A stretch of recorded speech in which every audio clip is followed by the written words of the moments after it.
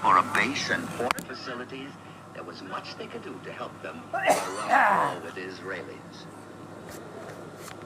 They were as good as their word. In the 1967 war, a missile boat they gave the Egyptians sank the Israeli destroyer Eilat. Elsewhere in the Mediterranean, the Soviet naval buildup went on. The helicopter ship Moskva made its appearance, and some of the new 4,000-ton Kashin-class destroyers. By the early 1970s, there were as many Soviet ships in the Mediterranean as American. In Arab countries along the North African coast, they were able to establish semi-permanent bases. And in remote anchorages outside territorial waters, they left buoys with visiting cards on them. Belongings of the USSR. And then, growing bolder, the Russian Navy started what has become known as shouldering tactics, passing as close to American and British warships as they dared without actually colliding.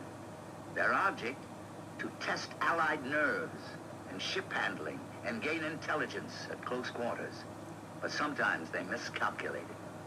In November 1970, the carrier Ark Royal struck a Russian destroyer. The damage to the Ark Royal was slight. To the destroyer that had crossed its bows, it was more serious. 2 men were killed, and a tarpaulin quickly pulled over the damaged parts.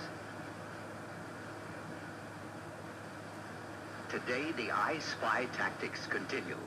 Here, a Russian destroyer steams close to the U.S. carrier Forrestal.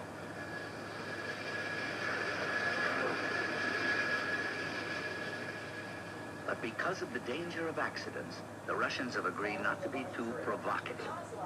And for the Allied ships, they're little more than a nuisance, like being followed by a strange dog you can't quite get rid of. They don't really, well, they can bother you, but they don't really bother us. We know that they have a job, and we have our job to do. For instance, when one crossed my bow, I know he's going to do it. And as he always does, it appears he always does, he chooses to have me in a position where he can embarrass me or test me just a little bit, and that's fine. They are possibly more aggressive than we are, and I would suggest, if I may, that it's because the repercussions are a little different if they run into somebody. It's their job to nudge us, as it were, and it's not our job to nudge them. But I find that they're pretty fair seamen. We carried the Dawn AS-981 with Now, this